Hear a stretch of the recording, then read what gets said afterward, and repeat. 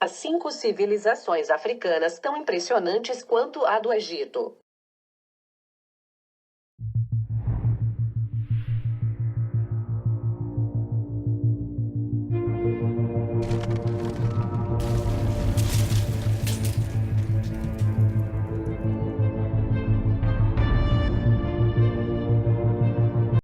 O continente africano guarda a memória e o poder de povos milenares desconhecidos pela maioria das pessoas. Inúmeros reinos floresceram no continente africano durante a Antiguidade e Idade Média, controlando rotas comerciais e o poder local.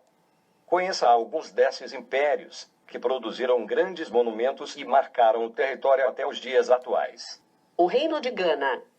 O antigo Império de Gana, que teve seu apogeu entre os anos de 700 e 1200 da era cristã, ficava próximo a uma imensa mina de ouro na África Ocidental e era tão rico que até seus cães usavam coleiras de metal precioso. Com planejamento estratégico, líderes poderosos e uma abundância em recursos naturais, Gana logo se tornou uma grande influência no território africano. Negociando com europeus e norte-africanos, Gana importava livros, tecidos e cavalos em troca de ouro e marfim, e comerciantes árabes passavam meses viajando em busca de negociações. O antigo império controlava o comércio de todo o ouro e sal da região, e uma boa proporção do então recém-descoberto elemento ferro, que aumentou sua influência e poder. Um entreposto comercial. Gana controlava o comércio entre produtos árabes ao norte, ouro e marfim ao sul. Apesar de ter detido muitas invasões, Gana acabou por desmoronar em 1240. Isolado do comércio e enfraquecido pelos seus rivais, o reino foi absorvido pelo crescente Império do Mali. O Império do Mali. O Império do Mali floresceu entre os séculos 13 e 16. Fundado por Sundiata Keita, também conhecido como Rei Leão, o império se localizava ao sul do Saara Ocidental, estrategicamente localizado junto a minas de ouro e campos férteis próximos ao rio Níger. Embora o Rei Leão tenha sido um governante impressionante, o império prosperou sob o governo de Mansa Musa, que detém o título de homem mais rico da história, com fortuna equivalente a $400 bilhões. Musa também fez de Timbuktu, a capital do Mali, um dos principais centros de educação e cultura na África, permitindo que estudiosos de todo o continente viessem se aprimorar. Como Benin, o Mali teve sucesso no comércio devido à sua localização no rio Níger. No entanto, foi saqueada por invasores do Marrocos em 1593, o que enfraqueceu o império e o fez deixar de ser esta importante entidade política. O Reino de Kush. Relativamente desconhecido fora da África, o antigo Reino de Kush dominava uma região na época chamada Núbia, e que hoje faz parte do Sudão. A princípio colônia do Egito, Kush mais tarde veio a dominar boa parte do Vale do Rio Nilo, e sua civilização mesclava a cultura egípcia com a de outros povos africanos. Esse reino teve seu equivalente aos faraós, realizando a mumificação de mortos, construção de pirâmides e adoração a deuses. No entanto, existiam diferenças fundamentais entre os cuxitas e os egípcios. Economicamente, o ferro havia se tornado um enorme recurso para Kush, enquanto os egípcios ainda estavam a descobrir as maravilhas desse metal.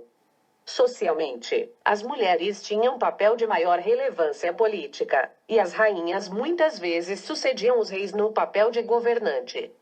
Exemplo disso é que uma das maiores pirâmides de Kush foi construída para homenagear uma governante feminina. Kush também era famoso por seus arqueiros, frequentemente retratados em obras de arte.